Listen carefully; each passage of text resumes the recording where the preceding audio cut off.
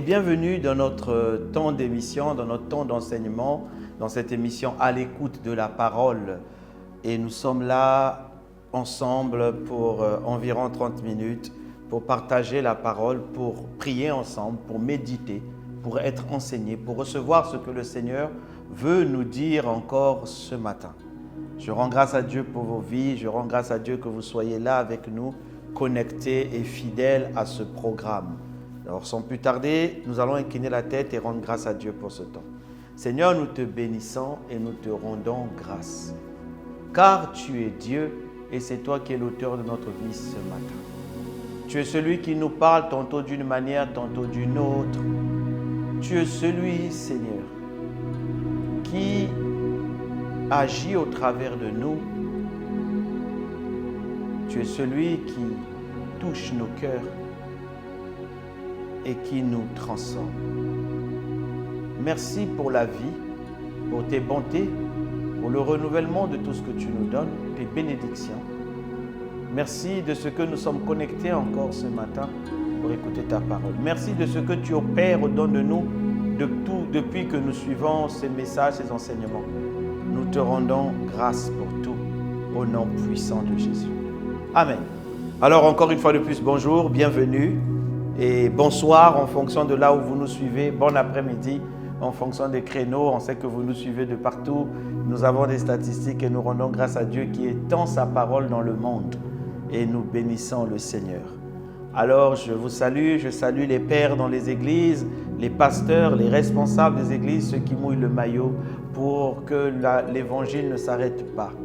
Nous prions que le Seigneur les fortifie, eux et leurs familles. Je bénis Dieu pour tous ceux qui travaillent à la réalisation de ce programme, que le Seigneur puisse combler leur vie de bénédiction, de joie, de paix et d'amour. Et à vous encore, je vous bénis aussi, je rends grâce à Dieu pour vos vies. C'est pour vous que nous sommes là. Et bien plus depuis ce début d'année où vous avez décidé, vous avez pris la décision, vous aussi, de devenir des évangélistes, des gagneurs d'âmes qui propulsent la parole parce que vous relayez ces messages, vous relayez les messages que vous suivez, vous envoyez. Beaucoup de gens envoient, nous voyons dans notre statistique comment le message part de l'avant. C'est par votre occasion, c'est par votre action. Le Seigneur lui-même va vous récompenser pour ce que vous faites. Car quelqu'un a besoin de ce message que vous écoutez aujourd'hui. Quelqu'un autour de vous, quelqu'un proche de vous, a besoin d'entendre ces paroles, a besoin que la lumière rentre dans sa vie, surtout en cette année 2025. Alors encore une fois de plus, je vous souhaite aussi une bonne année. Une bonne année. Je suis très honoré et très reconnaissant envers le Seigneur d'être debout avec vous encore aujourd'hui pour partager la parole de Dieu. Amen. Vous savez, l'apôtre Paul prenait toujours le temps dans toutes ses lettres, dans les salutations, parce que c'est recommandé, ce sont des bénédictions. Depuis le début de l'année, le Seigneur nous a parlé et nous parle de la foi. Parce que la grâce est disponible. Vous connaissez tous ce verset de Éphésiens 2, versets 8 à 9 qui nous dit « C'est par la grâce que nous sommes sauvés par le moyen de la foi. Et que cela ne vient pas de nous, mais que cela vient de Dieu. Ce n'est point par les œuvres, afin que personne ne se glorifie. » Amen. Et le livre de Romains 5 au verset 1-2 nous dit « Étant justifiés par la foi », voyez, on est justifié par la foi.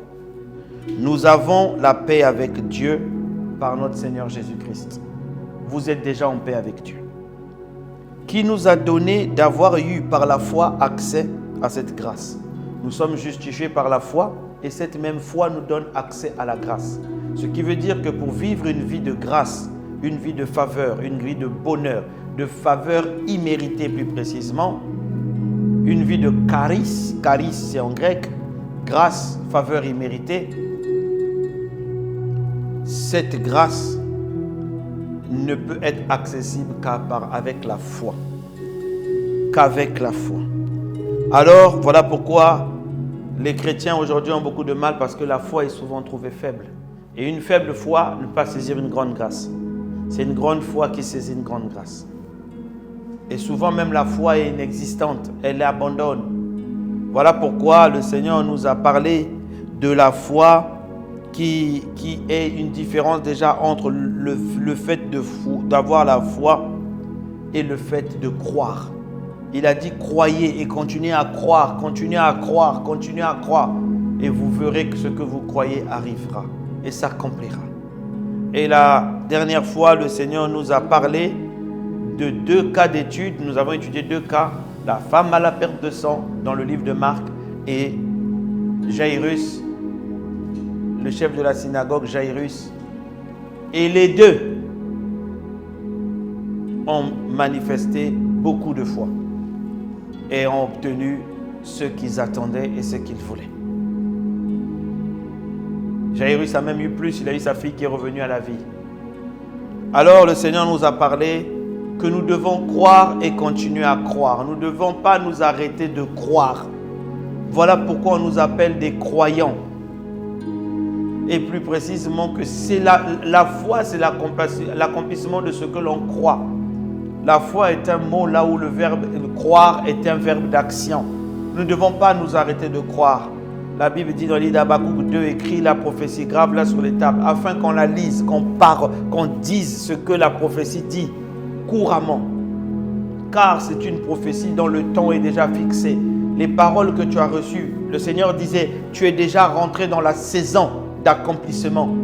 Mais si la parole ne rencontre pas la foi, il n'y aura pas d'accomplissement. Selon Hébreux 4, verset 2, la Bible dit, ils ont reçu cette bonne nouvelle. Mais cette bonne nouvelle ne leur servit à rien, car les paroles qu'ils ont reçues n'ont pas rencontré la foi. Parce qu'il faut la foi pour que ces paroles soient reçues. Il faut que la foi pour que ces paroles soient ramenées à exécution. Nous allons bien relire encore Hébreux 4, verset 2. La Bible dit, car cette bonne nouvelle nous a été annoncée, aussi bien à nous qu'à eux. Mais la parole qui leur fut annoncée ne leur servit à rien,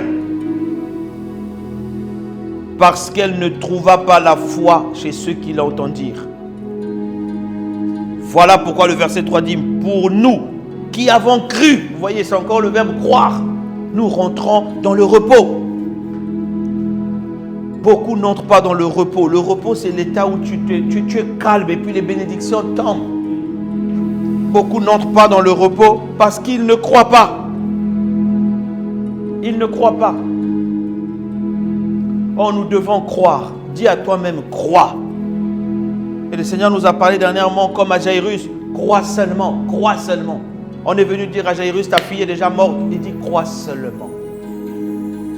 Crois. On vient t'annoncer de mauvaises nouvelles. Crois seulement. Continue à croire. N'arrête pas. Ceux qui se moquent de toi mettront la main sur la bouche. Ils verront la gloire de Jésus dans ta vie. Amen. Alors aujourd'hui, le Seigneur veut nous parler. Toujours, il est en train de construire notre foi. La Bible déclare, Romains 10, verset 17, ainsi la foi vient de ce que l'on entend. Ce que l'on entend, la parole de Christ. Donc la foi vient en entendant. Si elle vient en entendant, on entend avec l'oreille, ça veut dire que la foi n'a d'origine et la seule origine de la foi. On n'a pas dit la foi vient en voyant, ou la foi vient en sentant, ou la foi vient en touchant. La foi vient en entendant. Ça veut dire que la seule source de la foi ne peut être qu'une parole. Parce que la foi vient en entendant. Donc la parole est la seule source de la foi. Si tu veux avoir une foi grande et une foi forte, il faut que tu puisses te mouler, te baigner dans la parole de Christ. Et pas n'importe quelle parole, la parole de Christ. Donc si tu es dans un lieu où on ne prêche pas la parole de Christ, sache que la foi ne viendra pas. Repars en arrière, nous avons commencé à parler de ça depuis quelques sessions. Je ne parle pas... Vous voyez, tout doit être centré sur Christ. Christ est la pierre angulaire de toutes choses. Il est l'auteur, la Bible dit, il est l'auteur et le consommateur de notre foi. Donc la parole de Christ, non pas la parole de Dieu dans sa globalité. Si on vient te prêcher Moïse, on vient te prêcher David, on vient te prêcher Salomon, on vient te prêcher Esaïe. Tous là, ils ont eu quelques succès, mais ils ont échoué à la fin. C'est la loi. Mais la Bible dit la foi vient de ce que l'on entend.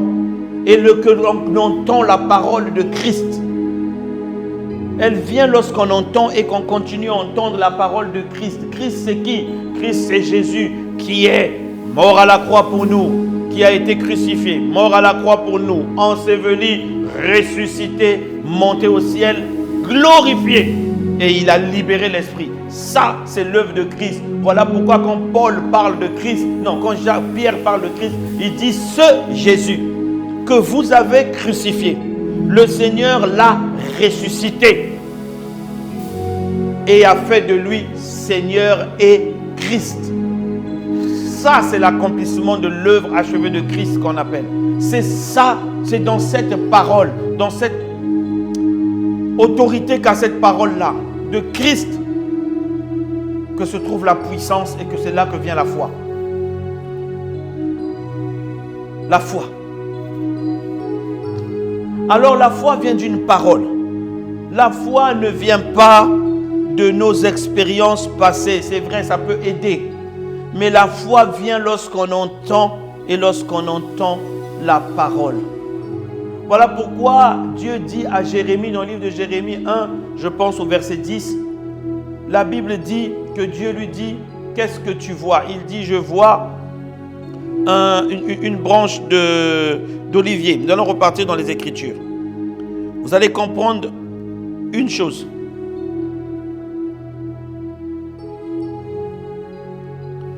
Alors, la Bible dit, la parole de l'Éternel me fut adressée en ces mots. Que vois-tu, Jérémie? Je répondis, je vois une branche d'amandier. Et l'Éternel me dit, tu as bien vu, car je veille sur ma parole pour l'accomplir.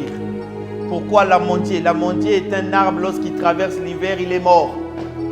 Il est mort. On ne peut même pas savoir que l'amandier va devenir encore, va avoir des fleurs. C'est un arbre, lorsqu'il traverse l'hiver, il perd tout. Mais dès que le printemps commence, c'est l'arbre qui sort les fleurs avant les feuilles. C'est l'arbre qui fait pousser les fruits et puis les feuilles viennent après. Parce qu'il dit, tu as bien vu ce que je dis, quelles que soient les saisons difficiles, quels que soient les moments difficiles, ce que je dis s'accomplira toujours. Les fruits sortiront. Dieu veille sur sa parole pour l'accomplir. Il veille sur sa parole pour l'accomplir. Il ne veille pas sur tes pleurs. Il ne veille pas sur ce que tu vois. Il veille sur sa parole pour l'accomplir. Voilà pourquoi la foi vient de ce que l'on entend. Lorsqu'on entend et qu'on connaît Dieu qui est fidèle, qui veille sur sa parole, on sait que ce qu'il a dit, il le fera. Parce qu'il est Dieu, il veille sur sa parole. Il veille sur sa parole. Il est. Vous savez, les gens ont du mal à croire que Dieu veille sur leur parole, sur sa parole, parce que eux-mêmes, ces gens, n'ont pas de parole. Je m'explique. Si tu es quelqu'un qui ment beaucoup, ça veut dire que ta parole n'a pas de prix, n'a pas de valeur. Si tu es quelqu'un où tu es entouré de menteurs, il n'y a que des menteurs, tu as eu des parents menteurs, tu as eu des amis menteurs qui te disent une chose, ils ne font pas. Ça, tu as du mal à croire que Dieu, quand il dit, il fait. Quand tu as eu des gens qui, lorsqu'ils t'ont dit quelque chose, ils ont commencé à poser les actes contraires. Ils te disent je t'aime, mais ils posent des actes contraires. Des actes de destruction, des actes pour te faire mal. Et que tu as vu au final, ces personnes-là, c'était des menteurs. Tu crois que Dieu est comme ça. Dieu n'est pas comme ça. Dieu est fidèle. Il a dit, même si ton père t'abandonne, ta mère t'abandonne, moi je ne t'abandonnerai pas. Je ne t'abandonnerai jamais. Si je t'abandonne, ma droite me quitte. Ça veut dire mon pouvoir me quitte. Dieu, il veille sur sa parole pour l'accomplir. Ce qu'il dit, il l'accomplira à une condition que cette parole rencontre la foi chez toi. Alors la seule source de la foi, c'est la parole. Il faut que toi-même commences déjà à prendre l'engagement de respecter tes paroles. Et tu auras plus de foi en croyant que Dieu respecte. Dis-toi que chaque fois que je prends un engagement, je le fais. Et tu vas voir que Dieu, lui aussi, quand il prendra des engagements chez toi, tu n'auras pas du mal à croire qu'il va le faire. Alors le Seigneur veut que l'on croie et que l'on croie en la parole. Parce que celui qui croit possède. Dites avec moi, celui qui croit possède. Celui qui croit possède.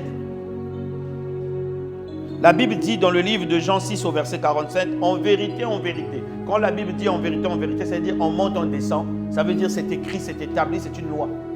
En vérité, je vous le dis, celui qui croit en moi a la vie éternelle.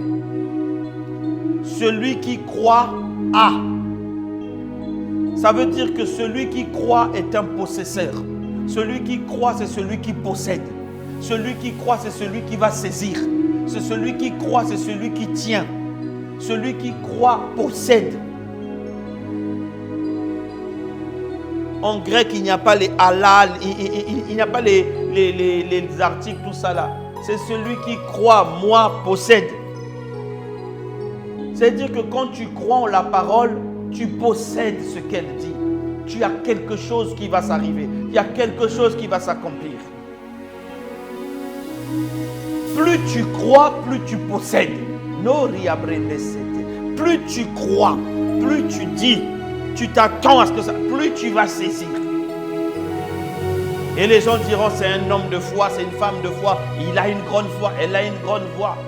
Comme disait une servante de Dieu qui disait, les gens me disent, comment vous avez une aussi grande foi? Elle dit, je n'ai pas une aussi grande foi. J'ai une petite foi, mais qui croit en un grand Dieu, qui sait que celui qui a fait la promesse est fidèle pour l'accomplir, qui sait que celui qui dit une chose, il veille sur sa parole pour l'accomplir. Il n'est pas un homme pour mentir, ni un fils d'homme pour se repentir. Ce qu'il déclare, sa main puissante l'accomplit. Alors, si tu crois, tu possèdes. Tu crois, tu possèdes. Celui qui croit a la vie éternelle. Celui qui croit en moi a la vie éternelle. Si tu crois en quelque chose, tu possèdes la chose. C'est ça que tu dois te dire, c'est ça. Et le Seigneur te dit que tout vient dans la parole. Vous savez, les gens ont du mal à croire en la parole. Ils ont du mal à avoir la foi parce que, d'abord, ils ne croient pas en la parole. Ils ne croient pas en la parole. J'avance. Celui qui croit en la parole agit selon la parole. On l'a vu dans les sessions précédentes. Si je crois, je pose des actes qui vont en fonction de ce que je crois. Si je pose des actes qui vont à l'encontre de ce que je crois, je ne crois pas. Vous connaissez tous cette histoire des deux cultivateurs deux agriculteurs qui étaient en train de prier pour la pluie. À la fin, l'un s'est levé, il a pris sa houe, il a commencé à tracer les rigoles, il a commencé à tracer des chemins dans ses champs pour que l'eau tombe. Qui a eu la pluie? Eh bien, c'est celui qui a tracé. Parce que quand il a prié, il a cru qu'il a demandé la pluie, que ça arrive, il va déjà se préparer. C'est ça la foi. Il va déjà se préparer et lui, il reçoit la pluie.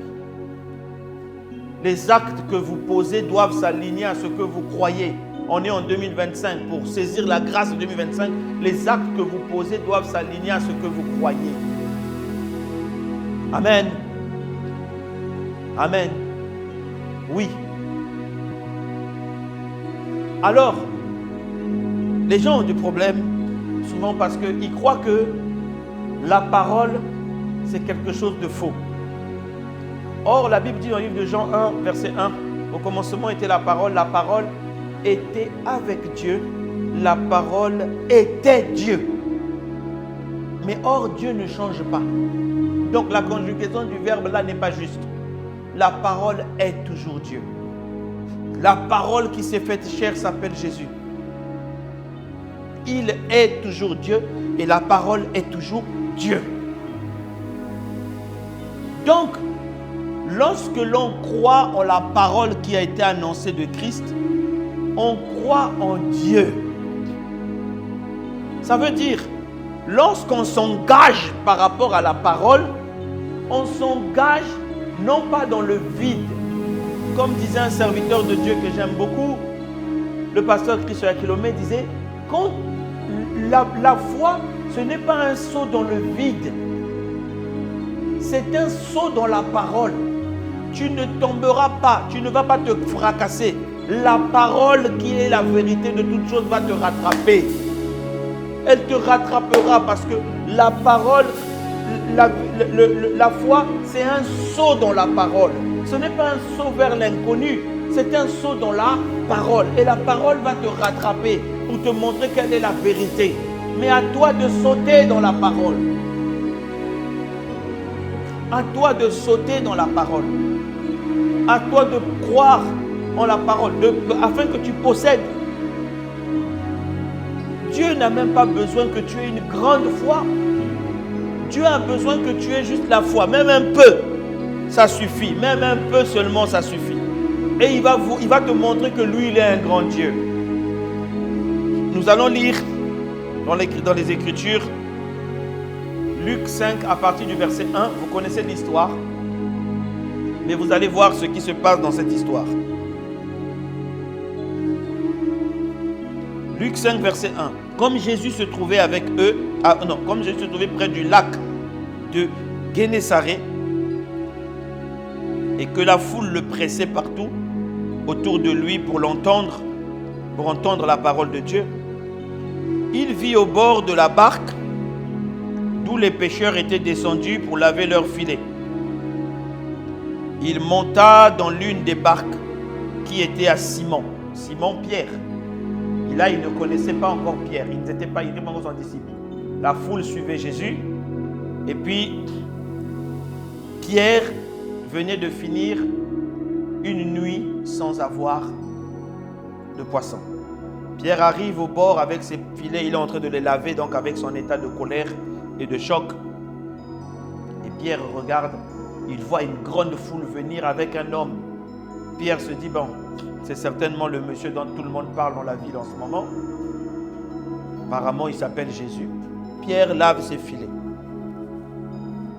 Jésus vient et il monte sur la barque. Il monta sur l'une des barques qui était à Simon. Et il dit à Simon, éloigne-toi un peu. Simon le regarde. Ce jeune-là, il veut quoi? Nous, on n'a pas mangé. Il s'éloigna un peu. Comme tout le monde venait. C'est une star. Donc, je vais m'éloigner un peu. Puis il s'assit dans la barque et il enseigna la foule. Lorsqu'il eut cessé de parler, il dit à Simon, avance en pleine eau et jetez vos filets. Dites vos filets. Vos filets. Simon lui répondit, Maître, nous avons travaillé toute la nuit sans rien prendre. Mais sur ta parole, je jetterai le filet. Vous voyez la foi? Jésus lui dit, jetez vos filets. Il dit, je suis pêcheur depuis longtemps. Je connais la technique de pêche. Les poissons ne viennent pas dans les filets lorsqu'il fait jour. Ils voient le filet, ils ne sont pas bêtes. Mais, comme tu m'as donné une parole, je ne veux pas jeter tous les filets. On va partir avec une barque et je vais jeter le filet, un filet. Jésus lui dit, ok, allons-y.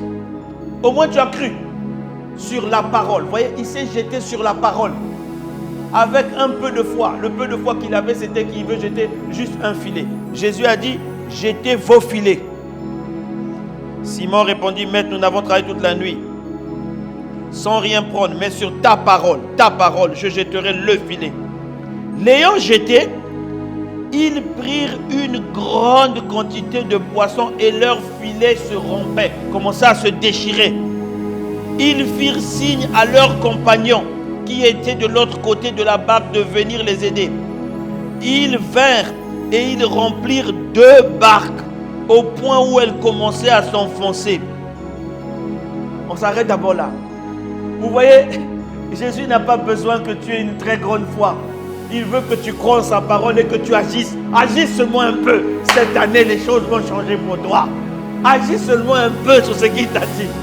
Même si tu ne jettes pas tous les filets comme Pierre, jette-moi le filet.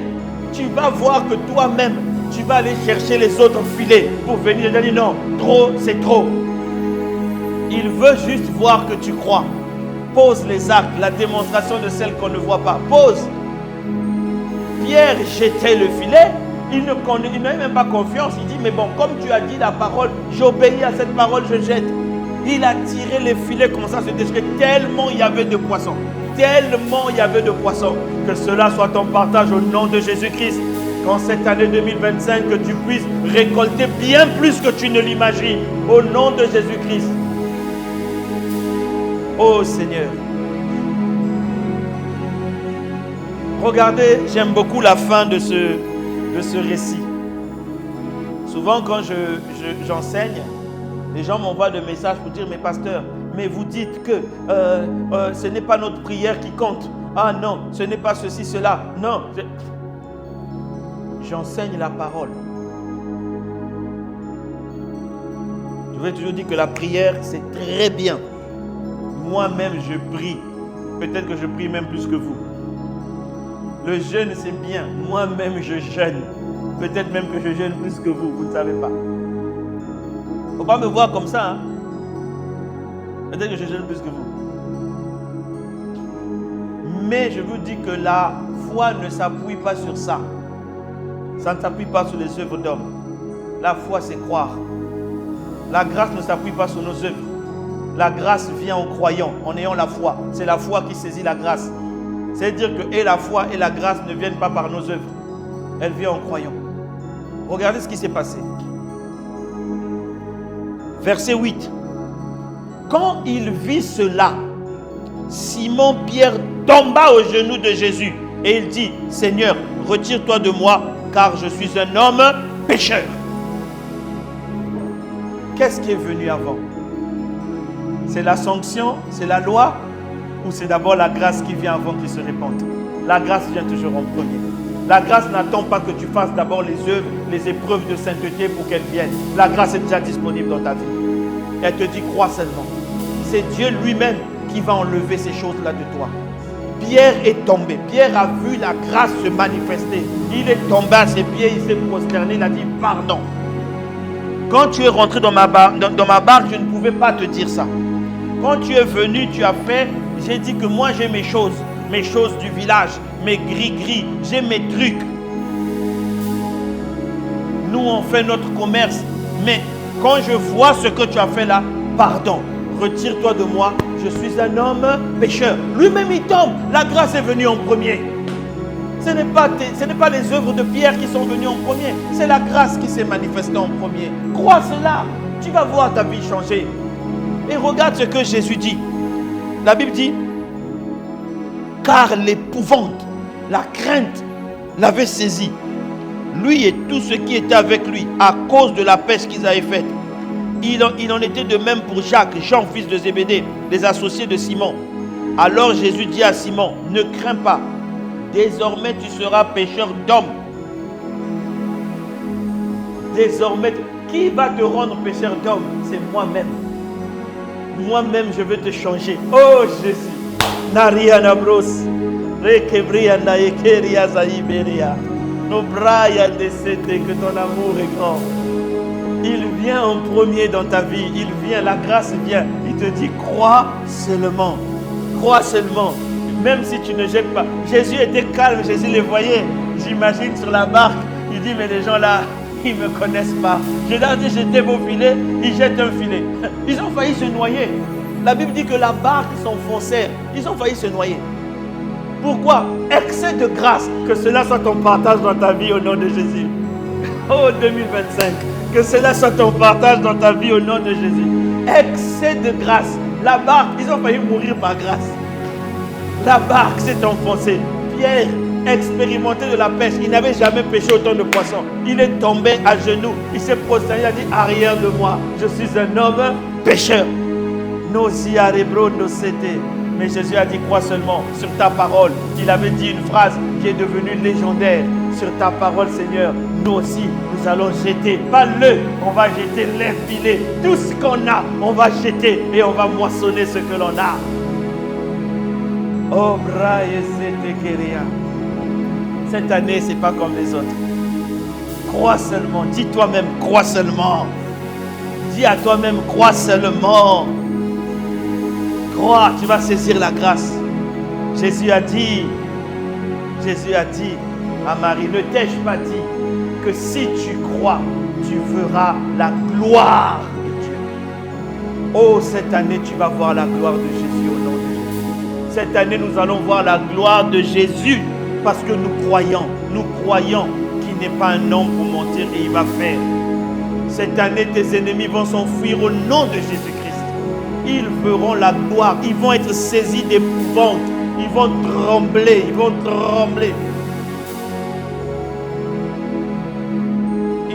trembler.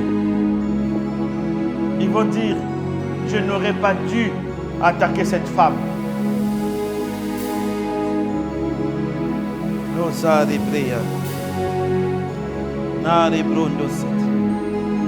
Le changement arrivera dans nos vies lorsque nous dirons, Seigneur, sur ta parole, je jette le filet. Sur ta parole, je jette le filet. Cette année, sur ta parole, nous jetons les filets. Au nom de Jésus. Seigneur, nous te louons, nous te glorifions. Nous te rendons grâce de ce que tu es fidèle, de ce que tu es amour, de ce que tu es puissant, de ce que tu dis, tu le fais. Nous te rendons grâce parce que cette année, demande-nous de jeter les filets et nous jetons les filets, Seigneur. Nous jetons les filets pour une moisson miraculeuse cette année, miraculeuse de grâce, miraculeuse de faveur. Dans la vie de mon frère qui m'entend, dans la vie de ma soeur qui m'entend, notre foi grandit sur ta parole. Sur ta parole.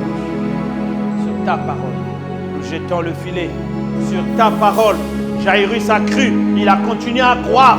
Quand tu lui as dit crois seulement, il a continué à croire sur ta parole. Sur ta parole, Seigneur.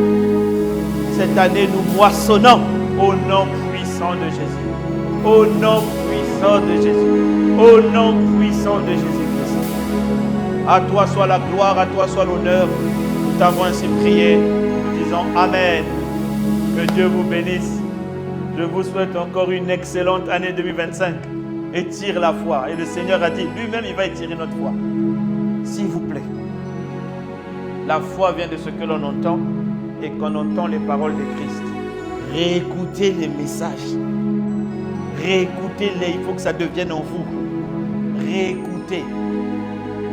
Depuis le début de l'année, tout ce qu'on a dit sur la foi, réécoute. Saisis les prophéties. Et ta foi va s'étirer. Tu vas pouvoir jeter le filet moissonné. Ne compte pas ni à gauche ni à droite sur quelqu'un ou sur quoi que ce soit. Dieu va venir dans ta vie. Amen. Si vous n'avez pas encore fait la prière du salut, restez avec nous. Faites la prière du salut. C'est important de croire en Jésus. Celui qui croit en lui a la vie éternelle. Rentrez dans cette vie éternelle. Faites la prière avec nous. Envoyez-nous vos messages, vos témoignages. Car ça a déjà commencé. La moisson a déjà commencé. Envoyez vos messages, vos témoignages. Car cette semaine encore, le Seigneur va faire tomber plein de moissons. Vous allez voir qu'il n'est pas un Dieu qui attend novembre. Il n'est pas un Dieu qui attend octobre ou juin. Il est un Dieu de l'alpha. Il commence dès maintenant. Celui qui croit, il voit la gloire dès maintenant. Amen. Diffusez le message. Soyez les relayeurs de la parole de Dieu au travers le monde. Nous comptons sur vous. Le Seigneur compte sur vous. Diffusez. Que chacun de vous diffuse au moins une personne. La parole a besoin d'être répandue jusqu'aux extrémités de la terre. Que Dieu vous bénisse. Amen.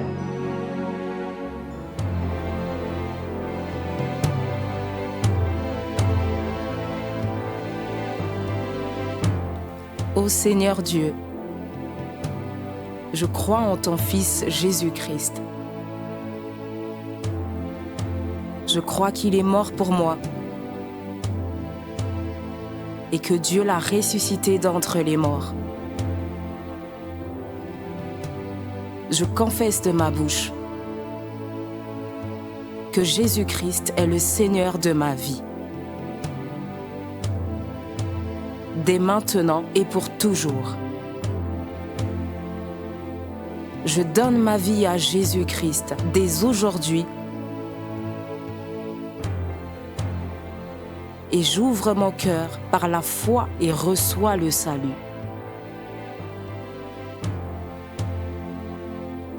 Je reçois maintenant la vie éternelle dans mon esprit. Merci Seigneur d'écouter ma prière. Mes péchés ont été lavés par le sang de Jésus.